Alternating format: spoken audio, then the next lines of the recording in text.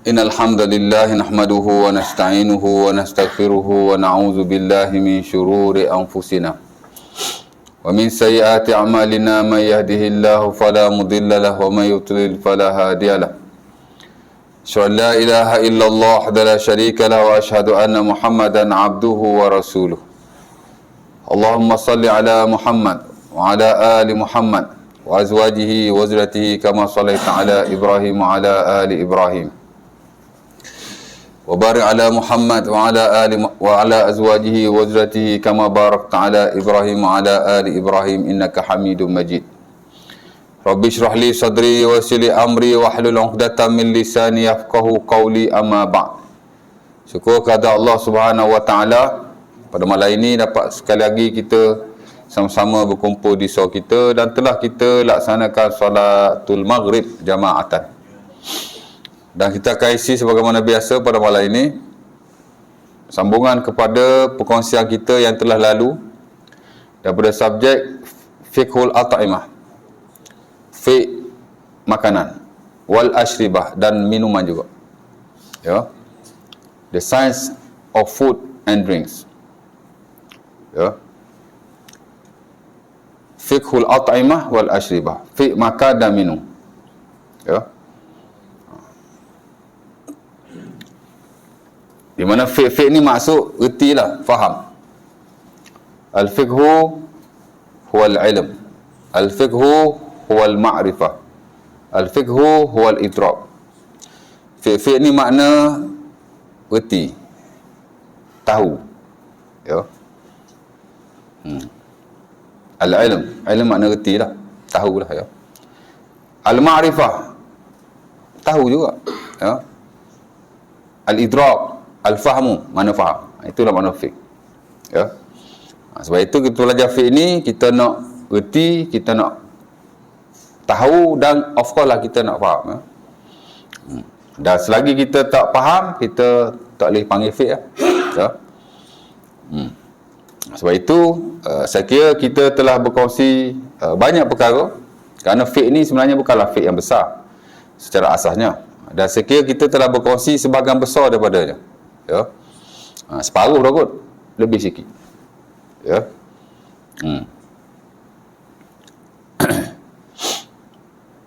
Bermula daripada awal-awal dulu,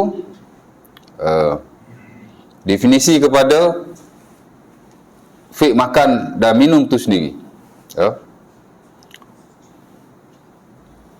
Kemudian hukum kepada makanan dan minuman, di mana asal-asal makanan dan minuman itu adalah halal. Ini kita kena ingat sampai bila-bila, sebab kita ada kuliah-kuliah khas, sebab kita ada kelas khas fiqh makan dan minum, ya.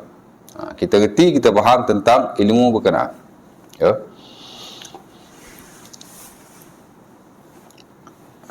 Ada banyak perkara yang telah kita kongsikan. Pertama dulu definisi lah, mana fiqh, ya. Fiqh ni mana faham, reti, macam tu lah, ya.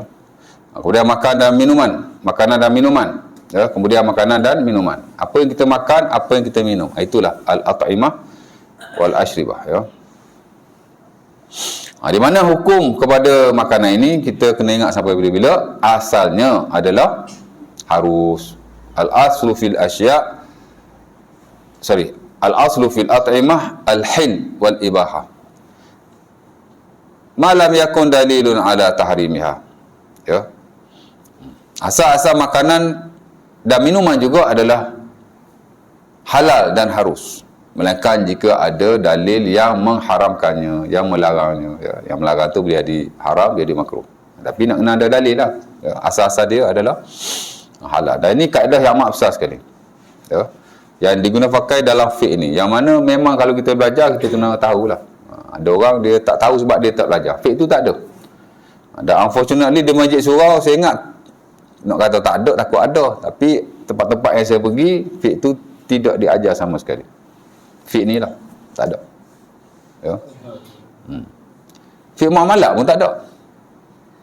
Tempat saya mengajar tu, bila saya tanya, banyak orang tak ada, ya. Ada tempat saya habis mengajar je, ustaz sambung muamalat, ustaz mengajar, pasal tempat dia tak ada. Masjid besar, tapi fiqh yang penting sekali tu, lain pada ibadat, muamalat lah penting, kehartaan. Tak ada. Jadi mereka perlukan khidmat kita lagi after kita habis satu buku. Contohnya di masjid di Kuang, saya habis mengajar, saya ingat dah 7 tahun saya mengajar masjid tu. Last year dah habis. Ajar tentang fadilat amalan. Sebab tu saya kalau bab fadilat ni sensitif sikit. Sebab saya ajar fiqh tu. Asas-asas dan prinsip yang berkaitan dengannya, hadis-hadis tentang fadilat amalan.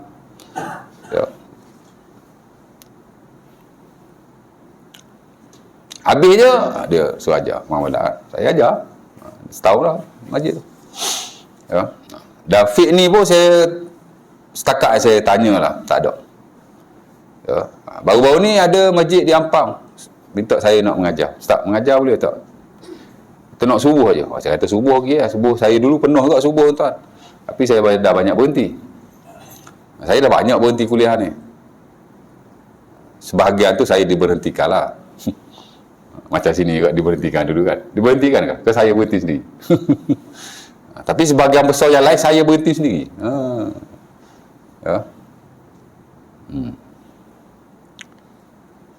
Faktornya jauh. KL saya dah stop. Saya dulu mengajar di KL tuan. Segambut, Selayang, Ampang, Gombak. Stop lah Kedah tu. Ustaz beribu Selangor ni. Bagilah kat mereka duduk dekat sana. Tak larat nak tempuh jen.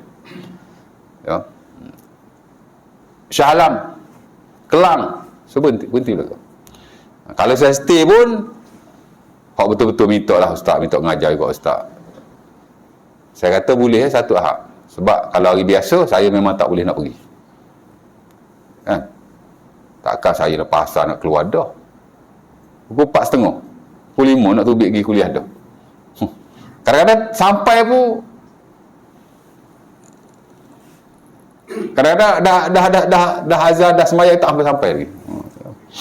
Kajang sampai Kajang kan. Tapi Kajang ni dulu saya tak ada kuliah tetap, saya ganti-ganti orang sampai Kajang begini tuan. Boleh kata seminggu 2 minggu sekali pergi Kajang. Lepas asar keluar 2 jam baru sampai. Kadang-kadang daripada dah habis sembahyang dah stop banyak kan. Tak apa ya. Tapi saya cek banyak yang tak ada lagi fin. Jadi masjid tu kata saya tengok ustaz ajar fiqh pada friend kat Facebook kan. Ajar fiqh ustaz, saya kata fiqh apa? Fiqh muamalat ada dah. Fiqh ibadah memang ada lah banyak kan. Fiqh apa ya ustaz? Saya kata fiqh ni banyak. Tapi antara yang menarik juga dan tak berat lah untuk kita belajar, fiqh makan minum lah dengan fiqh pemakaian. Fiqhul libas, the science of that. Saya kata, dia kata boleh ustaz. Jadi saya mengajar fiqh makanan di sini dan di masjid tu lah. Masjid tu baru 3-4 bulan. Baik. Jadi tu kita kena ingat. Asal-asal makanan itu adalah halal. Asal-asal makanan itu adalah harus. Sampai bila-bila. Dan ni adalah kaedah yang terpenting sekali dalam fiqh ini. Bahkan kalau kita belajar dalam buku-buku fiqh at-taimah, fiqh pemakanan ni, kaedah itu yang didahulukan dan dibincangkan oleh para ulama supaya kita tahu. Qardawi dalam bukunya Al-Halal wal Haram fil Islam, apa yang haram dan apa yang halal dalam Islam, dia sebahagiannya memfokus kepada makanan dan minuman, dia pun menyebut kaedah yang sama. Ini prinsip yang amat penting sekali. Asal-asalnya adalah harus. Di atas beberapa ayat Quran dan hadis-hadis Nabi SAW. Sebagainya saya telah baca pada tuan-tuan. Antaranya surah An-Nisa antaranya surah Al-Baqarah ayat 29. Walladzi khalaqalakum ma fil ardi jami'an. Dialah yang telah menjadikan semua yang ada di atas muka bumi ini untuk kamu. Bumi ni untuk kita tau. Sebab tu dulu saya dulu selalu ikut nenek saya pergi hutan nipah. Kadang-kadang pergi cari daun nipah. Kita orang dulu memang jual daun nipah untuk buat rokok daun.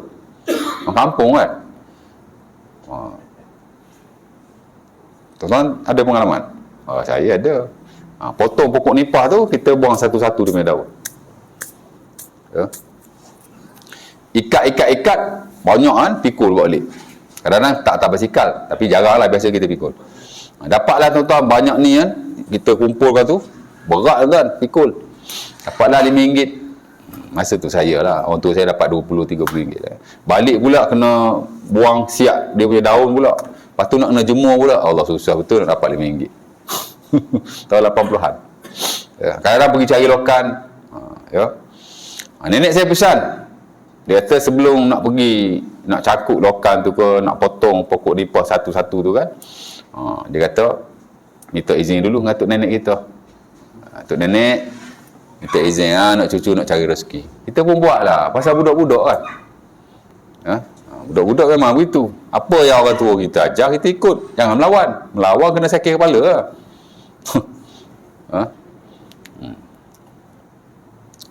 Tapi bila kita belajar, tak benar sama sekali. Pasal apa? Pasal dunia ni kita punya. Pasal apa kita nak minta izin ngaji ataupun dengan penduduk tu pula? Hak-hak gaib tu. Patut dia minta izin dengan kita tau.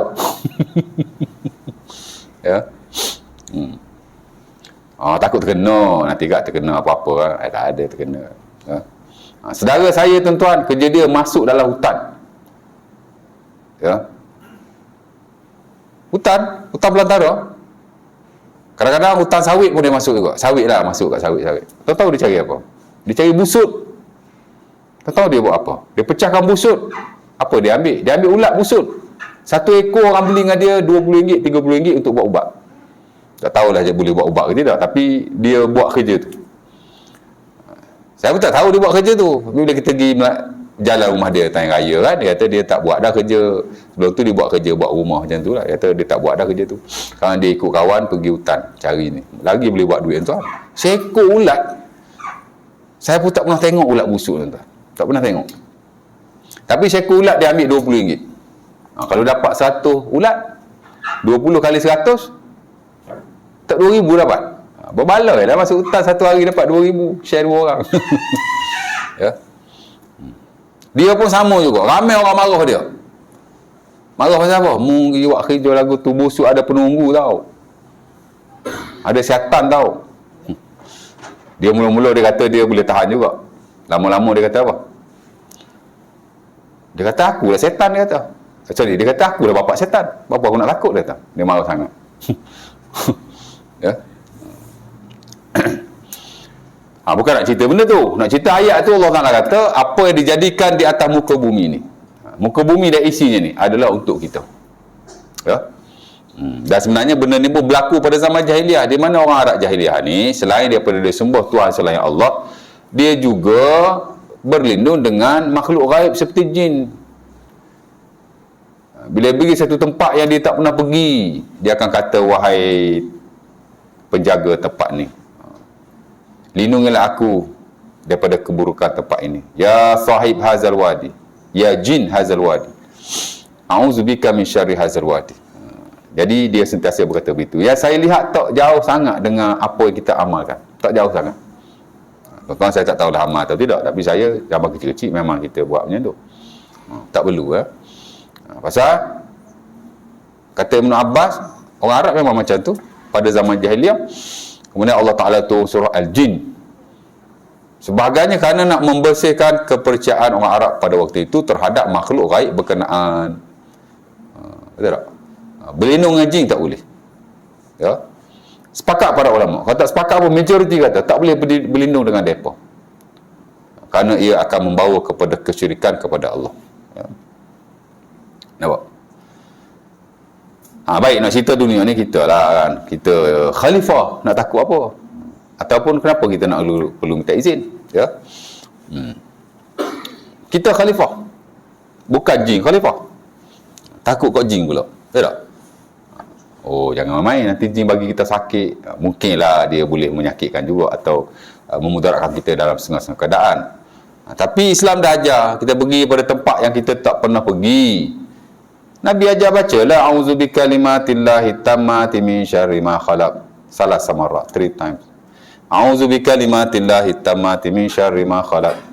A'udzubika kalimatillahi tammati min syarri ma khalaq. Hadis Khawlah bintu Yasar dalam Sahih Muslim. Nabi kata man nazala manzilan. Siapa yang turun di satu tempat. Yang ni tempat yang dia tak pernah berada di situ. Tempat-tempat yang asing. Ya. Jadi kita bermusafir, kita berhenti di mana-mana, lembah, R&R atau seumpamanya. R&R lah ni tak apalah kan. Ini hak jenis zaman dulu kan, padang pasir. Mau berhenti satu tempat, Nabi kata, kamu baca hak ni. A'udzu bikalimatillahi tammati min syarri ma khalaq. 3 kali, lam yadurruhu hatta yartahila min zalikal manzil. Tidak ada apa-apa pun yang boleh memudaratkan kamu sampai kamu beredar daripada tempat itu. Jadi hak kita minta dengan izin tu, jadi hak kita minta izin tu tukarlah dengan sunnah Rasulullah SAW. Ada orang mempertahankan pula, oh ini nak condemn untuk nenek kita, tak salah mana dia kata, sebab jin ni kadang-kadang boleh juga mudarat kita, jadi minta izin apa salahnya pun. Oh. Saya pelik jenis orang macam ni kan. Ya. Tak apalah kalau nak kata tak salah pun tak apa, tapi suka hati demo lah kan, ataupun terpulang lah, tapi ajarlah apa yang diajar oleh Rasulullah SAW. Ya. Yang dimuatkan oleh ulama kita dalam buku zikir, baca 3 kali dah sip. Ya tak? Di samping hak lain lah, Nabi pun ajar bismillahilladzi la yadurru ma'asmihi syai'un fil ardi wala fis sama' wa sami'un alim. 3 kali setiap hari.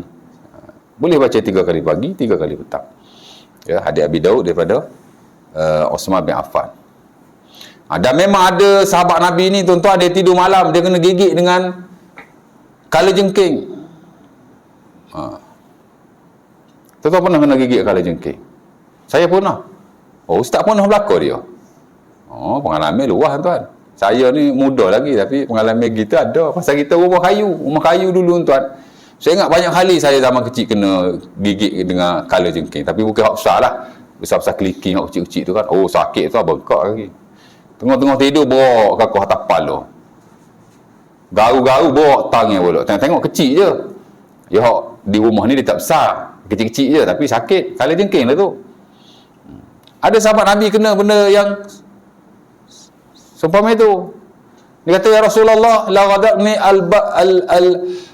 al-aqrab al-barihah. Oh, malah tadi dia kata, apa nama,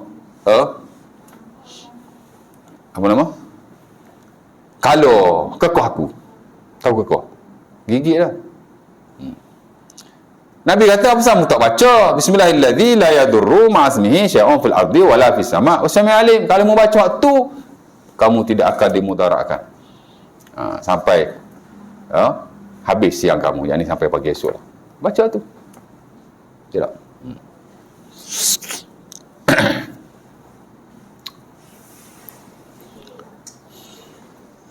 Di samping yang lain lah. Tu penting juga tuan. Banyak tempat juga tak ada fiqh zikir, tak ada. Saya ada ajar fiqh zikir.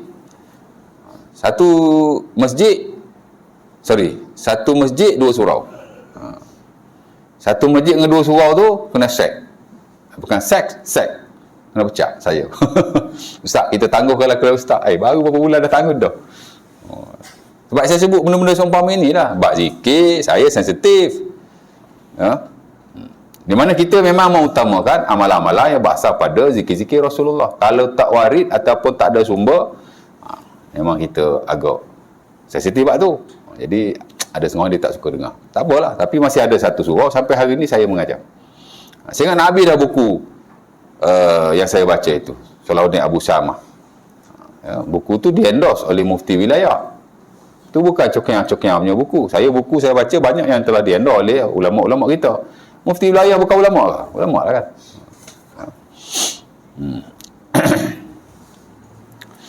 Baik, nak cerita Allah Ta'ala kata, semuanya telah dijadikan di atas muka bumi ini untuk kamu. Kita khalifah tuan. Baik, jadi bukan makna kita tak takut kepada makhluk-makhluk seumpama itu. Makhluk gaib, kalajengking. Kerana mereka pun ada mudarat-mudarat tertentu. Tapi kita berlindunglah. Kita khalifah, tapi kita jangan takut lebih-lebih pula. Kita hanya baca apa yang diajar oleh Nabi dan kita berusaha setakat kita mampu. Secara fizikalnya, kita buatlah apa-apa yang patut. Ya. Tapi hak lain pada tu kita mintalah kepada Allah supaya kita dijauhkan daripada mudarat-mudarat tertentu. Nak cerita ayat tadi ya. Baik. Kemudian Allah Ta'ala juga berkata, wa kulu washrabu wa la tusrifu innahu la yuhibbul musrifin. Dan surah Al-A'raf ayat 31 kata Allah, dan makanlah dan minumlah, jangan kamu berlebih-lebihan. Allah Ta'ala tak suka orang yang berlebih-lebihan. Ya. Di atas dasar ayat ni juga ulama buat kesimpulan, asal-asal makan itu adalah harus. Kerana Allah Ta'ala suruh makanlah, minumlah, haruslah tu. Yang tak boleh berlebih-lebihan. Ya. Dan hal lain yang dilarang oleh syarak. Tapi Allah Ta'ala suruh dulu, makanlah kamu, minumlah kamu. Mana? Harus. Tadi dunia dijadikan untuk kita, menunjukkan bahawa dunia ni semua start dengan harus. Of course lah makanan, kerana makanan ada sebahagian daripada keduniaan. Dan minuman juga. Hak ni pun sama juga. Allah Ta'ala suruh makan, suruh minum, cuma jangan berlebih-lebihan. Berlebih-lebihan ni ada banyak maksud lah. Ya. Antaranya ialah kita tak boleh makan banyak, termasuk berlebih-lebihan juga. Ya. Makan benda haram, of course lah, itu termasuk berlebih-lebihan juga. Ya. Langgar perintah Allah dalam konteks makan minum, berlebih-lebihan juga. Ya. Allah Ta'ala sebut dalam surah yang lain, surah Al-Baqarah juga ayat 168.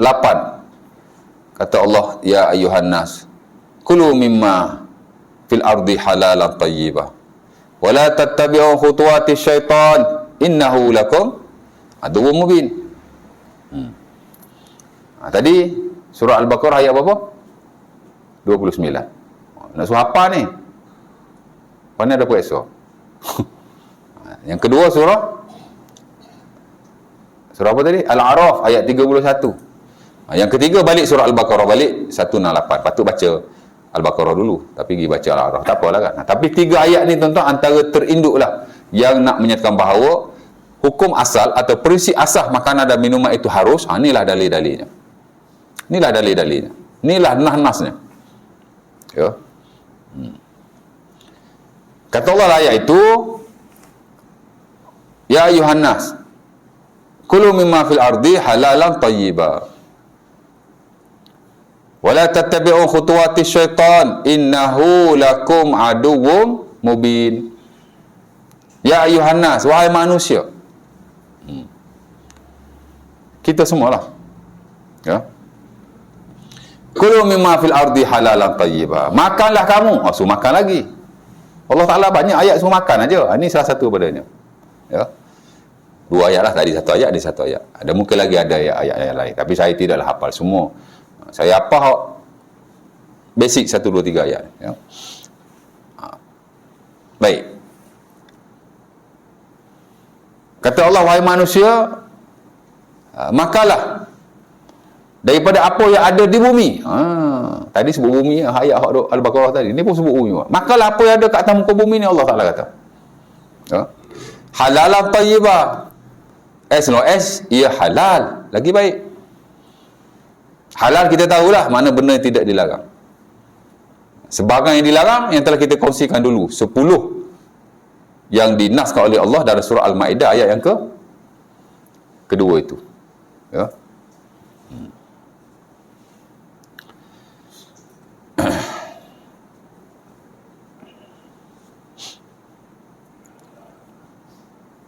Ketiga kan? Al-Ma'idah ayat ketiga kan? Dua ke tiga? Anda confuse ke dua tiga kan? Rasa ayat ketiga kot. Huriman alaikumul maitatu waddamu wa lahmul khizir wa ma uhilla li ghairillahi bihi wal munkhaniqatu wal makhuzatu wal mutaradiyatu wan natihah wa ma akala sumu ila ma zakaitum wa ma dhubiha ala nusuk. Ya. Tadi ada lajuk. Isyak 8.12 betul tak? 8.12, 8.11. Sorry, betul lah ayat 3. Anda cakap ayat 2 tadi salah. Ayat 3, betul lah. Lupa juga Ustaz buat. 2, 3, ayat, nombor-nombor ayat ni kadang terlupa. Baik. Jadi Allah Ta'ala kata makan minum apa yang ada di atas muka bumi. Luar konsepnya. Betul lah mak kata asal-asal makanan tu harus halal, sebab Allah Ta'ala dengan jelas sebut makanlah, minumlah apa yang ada di atas muka bumi ni halal lagi baik. Halal ni makna yang tidak dilarang lah. Yang dilarang ni sebagainya kita dah sebut beberapa kuliah yang lalu, hak 10 makanan daripada surah Al-Maidah ayat yang ketiga itu. Tayyibah dan baik. Halal nak, baik pun nak. Baik ni luas lah maksudnya. Ya. Halal tu pun baik juga.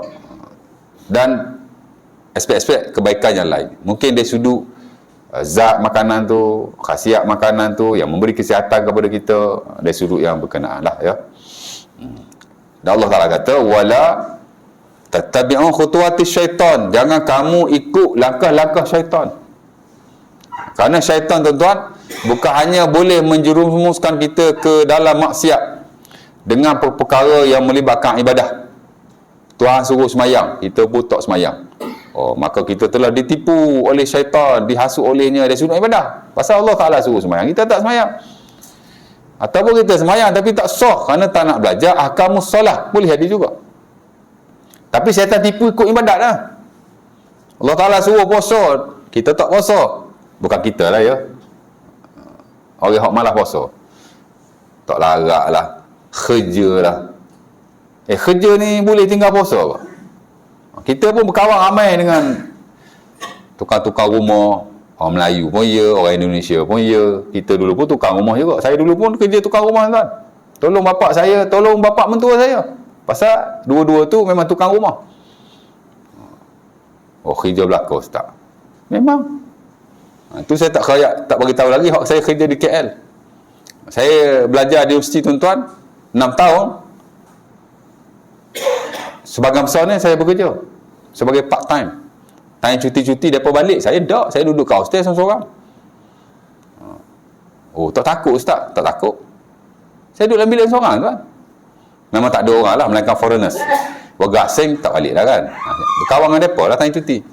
Tapi dalam bilik kita tu kita seorang aja. Tak takut lah. Ya. Saya kerja, tuan, daripada matrikulasi saya dah bekerja di hotel part time, time cuti dan waktu malam lah biasanya, ataupun petang-petang. Kalau saya masuk pukul 4, saya balik pukul 12. Kalau saya masuk pukul 2, saya balik pukul 10. Oh, saya bukan nak cakap lah, saya kerja, tuan. Ya. Sebab saya dah biasa daripada sekolah rendah dah bekerja, tolong nenek, sekolah menengah pun bekerja. Saya masuk STIMO, saya bekerja. Tapi saya tidak ketinggalan dari sudut pelajaran. Belajar skor. Nak banding kawan-kawan kita tak kerja tu, kalau CGPA lah tinggi, kita lah ke. Sebab kita kerja juga, tapi buku duduk kat tangan all the time. Tuan-tuan, saya pula buku zaman belajar dulu.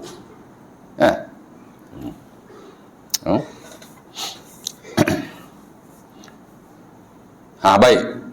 Jadi ada sebahagian daripada mereka tidak berpuasa. Alasan dia kerja, dahaga apa semua. Boleh tak? Kerja tak puasa, boleh. Kalau sampai tahap kalau kamu tak makan boleh memudaratkan badan kamu, hatta boleh bawa mati, memang kamu boleh tinggal lah puasa tu. Boleh tinggal. Ya, tapi sekadar tak larat nak bekerja atau seumpamanya telah dahaga lah, memanglah puasa semua orang dahaga, mau kerja lagi dahaga kan. Kena puasa juga. Yang tak boleh ni kalau melibatkan kemudaratan, baru kita boleh tak puasa. Of course lah yang melibatkan kehilangan nyawa. Tapi kalau lah konteks-konteks biasa, kerja apa pun tetap kena puasa. Orang kerja berat lah sikit dugaan dia, tapi puasa tetap wajib berpuasa kerana dia termasuk dalam kategori mampu. Ya. Sebab itu sebagai ulama kata kalau perlu hadkan bekerja daripada seluruh hari kepada separuh hari. Dan kalau perlu cuti. Ini Ibnu Utsaimin, ulama Saudi dalam fatwa dia. Tapi tak boleh meninggalkan puasa hanya alasan bekerja. Walaupun awak kerja di bawah terik matahari. Kecuali kalau awak tadilah darurat. Kalau kerja, puasa, boleh jadi jatuh, pensan, mati. Tapi kalau dalam keadaan biasa, tak kat tukar rumah kena puasa lagi. Jangan kata tak boleh puasa. Ya. Baik. Jadi kata Allah Ta'ala, wala tattabi'u khutuwatis syaitan. Jangan kamu ikut jejak langkah syaitan. Syaitan ni dia tipu kita satu ibadah lah. Hak tadi Allah Ta'ala suruh semayang, kita tak semayang. Allah Ta'ala suruh puasa, kita tak puasa. Ya tak? Syaitan juga boleh tipu kita dari sudut hal seumpama ini, pemakanan. Di mana bila kita makan benda yang dilarang, benda haram, maka kita telah ikut jejak langkah syaitan. Kan?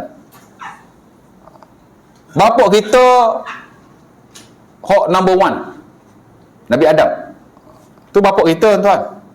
Sebab itu dia digelar sebagai Abul Anbiya, father of the human being. Nabi Adam, kita keturunan Nabi tau. Yang menyebabkan dia keluar daripada syurga tu pasal apa? Bukan pasal makan apa? Tuhan tak bagi makan. Wala taqraba hadhihi syajarah fatakuna minadh dhalimin fa azallahuma asyaitanu anha fa akhrajahuma mimma kana fihi wa qulna ihbitu minha. Betul tak? Betul anak ayat anak baca tu. Takut salah. Rasa betul kot. Allah Ta'ala kata jangan mendekati buah ni, pokok ni, kau jangan makan lah maksudnya. Oh, dia pergi makan juga. Pasal apa? Fa'azallahuma syaitanu anha. Syaitan hasut dia sampai dia makan. Pasal syaitan kata kalau mu makan pokok ni, mu jadi khuld. Mana? Mu akan hidup sepanjang masa, sihat sepanjang masa, dapat kekuasaan, macam tu lah. Kamu akan kekal. Khuld ni makna kekal. Oh, dia nak benda tu, dia pakai juga walaupun Tuhan marah. Jadi Nabi Adam dikeluarkan daripada syurga kerana makan, tuan-tuan. Jadi jangan ingat kita ni boleh ditipu oleh syaitan dari sudut ibadah saja. Pemakanan pun boleh, tak kala kita terlibat dengan perkara yang haram. Wala tattabi'u khutuwati syaitan. Innahu lakum aduwwum mubin. Sesungguhnya dia, yakni syaitan, bagi kamu adalah musuh yang mubin. Apa makna mubin? Tak tahu mubin? Nyata. Oh, pandai bagus. Ada kuliah tafsir. Ya tak? Innahu lakum aduwwum mubin. Dia bagi kamu ada musuh yang nyata sekali. Ya. Walaupun kita tak nampak dia, tapi dia musuh yang nyata. Ya. Dan bukan hanya dalam ayat ni, banyak dalam ayat-ayat lain Allah Ta'ala memperingatkan kepada kita, jangan sesekali kita ikut jejak langkah syaitan. Dia musuh kita yang nyata. Ya. Alam ahad ilaikum ya bani Adam alla ta'budu syaitan innahu lakum aduwwum mubin. Ya. Itu Yasin baca every week. That's good. Salah satu daripada itu Allah Ta'ala kata, aku dah cakap dah, kamu jangan ikut syaitan. Syaitan ni musuh kamu yang nyata. Ya tak? Tujuan dia satu je, nak memasukkan kita ke dalam neraka. Dia bukan sahabat baik kita pun. Ha? Innahu lakum aduwwum mubin. Ya? Adalah beberapa ayat Allah Ta'ala menyatakan bahawa syaitan ni musuh kita yang nyata. Kan? Antaranya surah tu lah. Yasin tu. Ya? Tapi tak semualah. Bukan kata bila sebut mubin semua tuju kat syaitan. Ada juga Allah Ta'ala tuju pada benda-benda yang lain. Kerana mubin ni dalam Quran ada banyak. Ada tak kurang daripada 115 kali Allah Ta'ala sebut. Surah Al-Baqarah ada, Al-Imran ada, Al-Ma'idah ada, An-Nisa ada. An-Nisa antara yang banyak juga, 5 kali. Yasin dah banyak 7 kali kan. Ya tak? Sebab tu ada orang sebab tu ada orang buat amalan 7 mubin. Tak pernah dengar? 7 mubin ya. Kalau nak elakkan daripada diganggu syaitan, nak elakkan daripada disihir, perlindungan lah, keselamatan. 7 mubin ya. Kalau ada lah Yasin tu, ada 7 kali Allah Ta'ala sebut mubin tu kan. Baca 7 kali mubin tu. Adalah cara dia. Kanan, kiri, atas, bawah. Adalah kan. Tak tahu. Oh, top tu. Hari ni pun ada orang WhatsApp saya, Ustaz, nanti Ustaz kuliah akan datang ingatkan tentang amalan mubin ni, dia kata. Nak ingatkan apa? Sebab dia, walaupun di situ saya tak mengajar zikir, tapi saya selalu sentuhlah zikir-zikir syarak. Mungkin dia minta saya sema, kemudian ini balik kan. Ada amalan tu ya. Baik. Tapi amalan tu dia tak sunnah, jangan duk, ataupun tak perlu amal lah, tak perlu amal. Dan memang ada orang yang mengesyorkan, lantas saya tanya dia. Saya nak tanya, apa beza mubin dalam Yasin dengan mubin yang ada dalam ayat-ayat yang lain? He cannot answer me. Dia tak boleh jawab. Because dalam Yasin ada 7. Ada 100 lebih lagi dah ayat yang lain. Apa yang special mubin dalam Yasin berbanding dengan mubin yang lain ni? Kita belajar tafsir tau, kita belajar hadis. Jangan buat benda-benda yang orang kata pelik-pelik, tak ada dalil atau bukti daripada syarak. Awak nak kata mubin dalam Yasin ini special, mari dalil. Tak ada beza, semua sama. Dan menunjuk kepada perkataan-perkataan yang berbeza-beza. Kadang-kadang Allah Ta'ala nak tuju pada syaitan, kadang-kadang Allah Ta'ala tuju kepada Nabi Muhammad pun ya. Dan Allah Ta'ala tuju pada benda-benda yang lain. Dia ada banyak, ada tak kurang daripada 30 maksud yang Allah Ta'ala. Jadi saya kata tak perlu kan. Tanya apa beza, tak boleh jawab. Awak.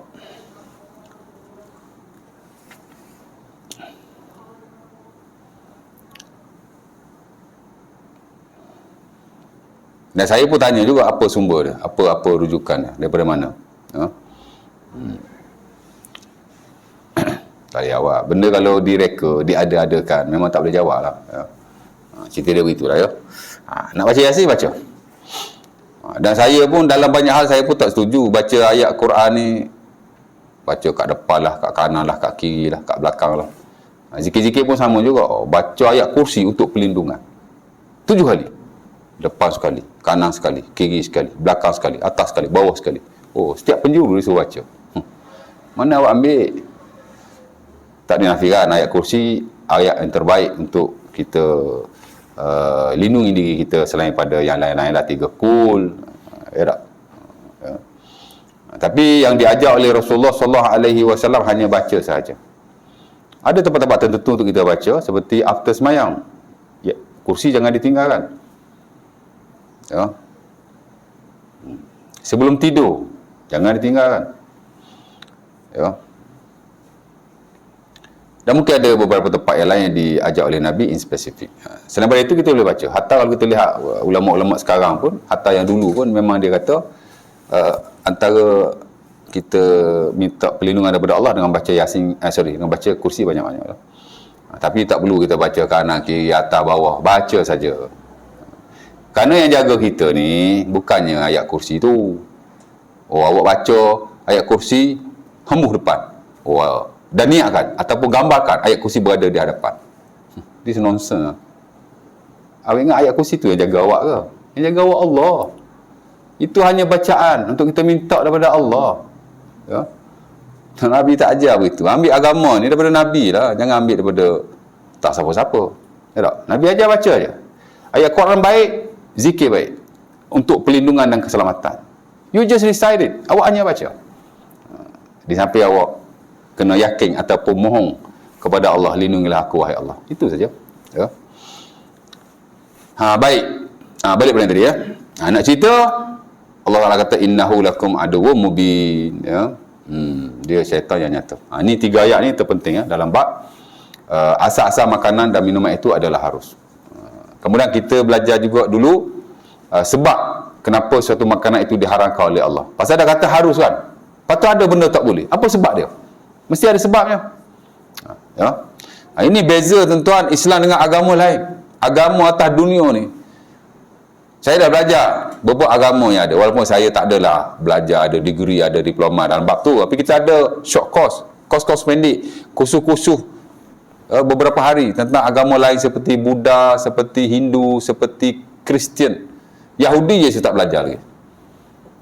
Kan? Kita adalah penderahan-penderahan tertentu dari sudut konsep ketuhanan mereka, dari sudut konsep pensyaratan amalan-amalan yang mereka lakukan.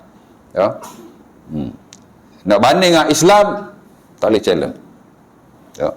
Dan mereka pun mengakui sebenarnya Islam adalah satu agama yang tersusun sekali.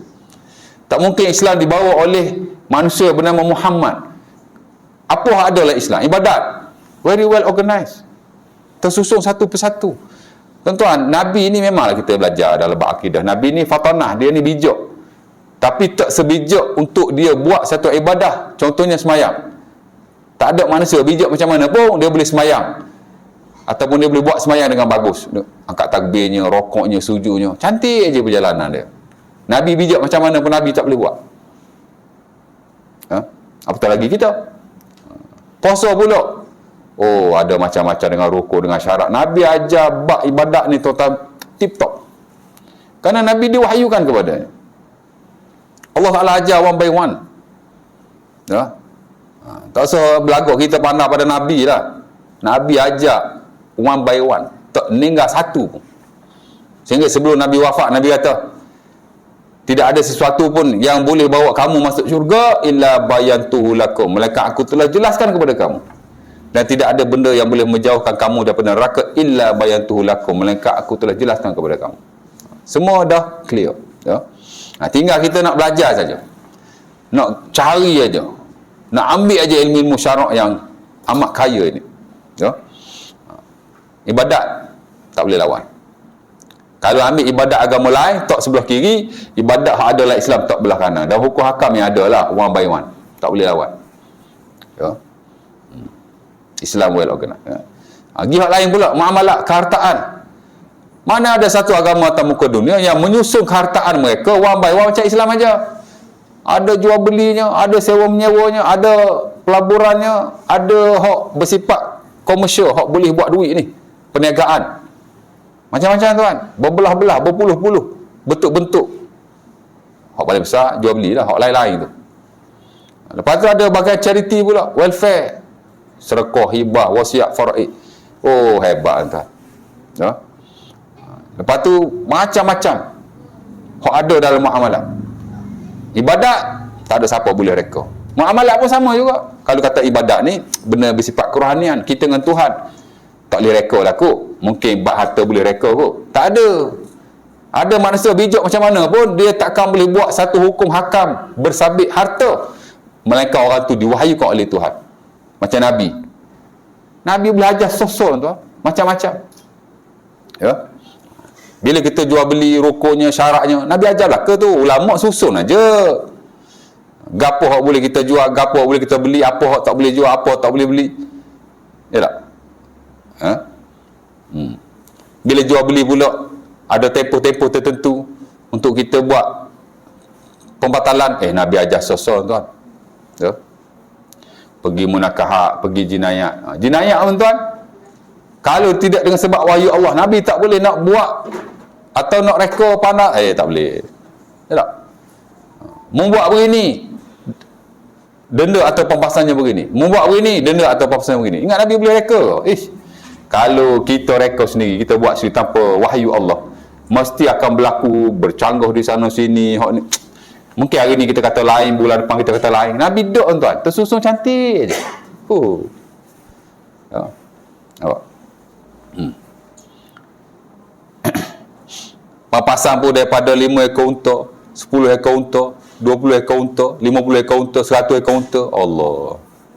Macam zakat lah kan, zakat kita belajar zakat pun sama juga, harta lah. Zakat ni ibadat pun ya, harta pun ya. Tuan-tuan ingat dari sudut harta, tuan-tuan ingat dari sudut zakat ni tuan, dengan jenis-jenisnya kan, technicality yang ada dalam sistem penzakatan tu, macam zakat haiwan umpamanya. Untuk 5 ekor sekian banyak zakat, 10 ekor sekian banyak zakat, 15 ekor sekian banyak zakat, 20 ekor sekian banyak zakat, 25 ekor sekian banyak zakat. Kenapa? Daripada kambing naik kepada unta yang berumur setahun, unta yang berumur 2 tahun, unta yang berumur 3 tahun. Saya buat master dulu bab zakat. Saya belajar 2 master lah, satu bab zakat, satu bab ijtihad. Ya. Cuma bab zakat ni saya tak sempat habis, saya stop. Tu saya buat kali kedua. Alhamdulillah habis ya. Ya. Nak cerita begitulah. Susu comel tu. Samalah juga dari sudut pemakanan dan peminuman, sama juga. Walaupun tidaklah sebanyak fiqh tadi. Tapi dari sudut tu. Ya. Susu cantik. Kenapa? Kerana semua adalah wahyu Allah Subhanahu Wa Taala. Dan kita pun belajar berdasar kepada wahyu itu. Ya. Saya ajar apa pun tuan-tuan, Quran mesti didahulukan, hadis Nabi mesti didahulukan. Kemudian ikut belakanglah pendapat para ulama yang menghuraikan, yang memberikan penangan itu dan ini. Ya. Daripada awal dulu sampailah pada hari ini. Jadi tuan-tuan dah belajar sebahagian besar daripadanya. Definisi fiqh makan dan minum, tuan-tuan dah belajar asal hukum makan dan minum dan sebab kenapa makanan diharamkan. Dulu saya ajar 5. Tuan-tuan lupa ni kot. Pertama, najis. Apa-apa yang najis, haram. Tak boleh. Yang kedua, kemudaratan. Apa-apa yang memudaratkan, haram. Tak boleh. Yang ketiga, yang memabukkan atau yang merosakkan tubuh badan atau akal, iskar, haram. Yang keempat, jijik, istighzar, haram. Yang kelima, yang dilarang secara spesifik. 5 sebab ni. Jadi mana-mana makanan dan minuman, kalau termasuk dalam kelima-lima konteks ni, maka ia dilarang. Sebahagian besar ataupun sebahagian besar daripadanya ulama bersepakat, cuma adalah sebahagian yang lain ulama tidak bersepakat. Tapi dia mesti kembali kepada sebab-sebab yang disebutkan itu. Kalau tak ada kena-mengena dengan sebab ni, dia kembali kepada harus. Senang sekali ya. 5 sebab dia: najis, mabuk, mudarat, jijik, dilarang oleh syarak secara spesifik. 5 tu. Jadi kita hok belajar pun nak ingat ya. 5 sebab kenapa suatu makanan itu diharamkan Allah. Ya. 3. Kemudian kita dah masuk satu persatu yang disebut dalam Quran 10 makanan diharamkan. Daripada surah Al-Maidah ayat kedua tu kita dah baca habis. Tuan-tuan dah habis sebahagian besar daripada ni.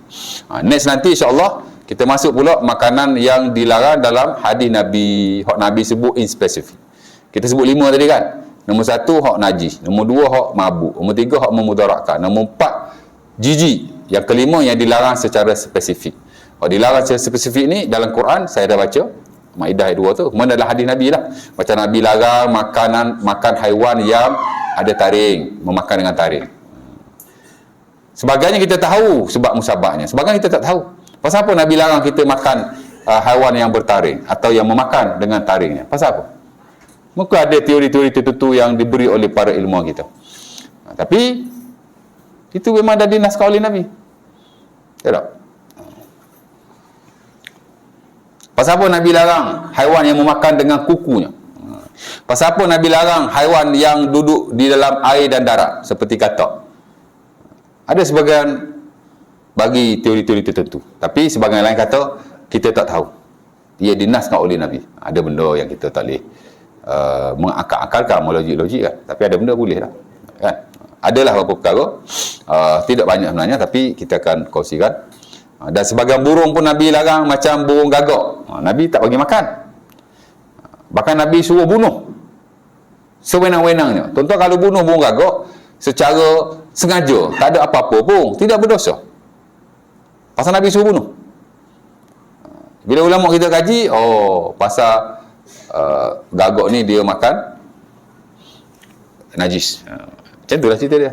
Ya tak? Jadi adalah yang ulama bagi alasan, tapi sebahagian dia tak bagi alasan. Ada alasan ke tak ada alasan? As long as dia spoken, mention, stated by the prophet, tak boleh, maka kita kata tak boleh. Dan biasa hak dinaskan in spesifik ni tak ada khilaf. Tak ada khilaf. Biasanya ulama sepakat lah.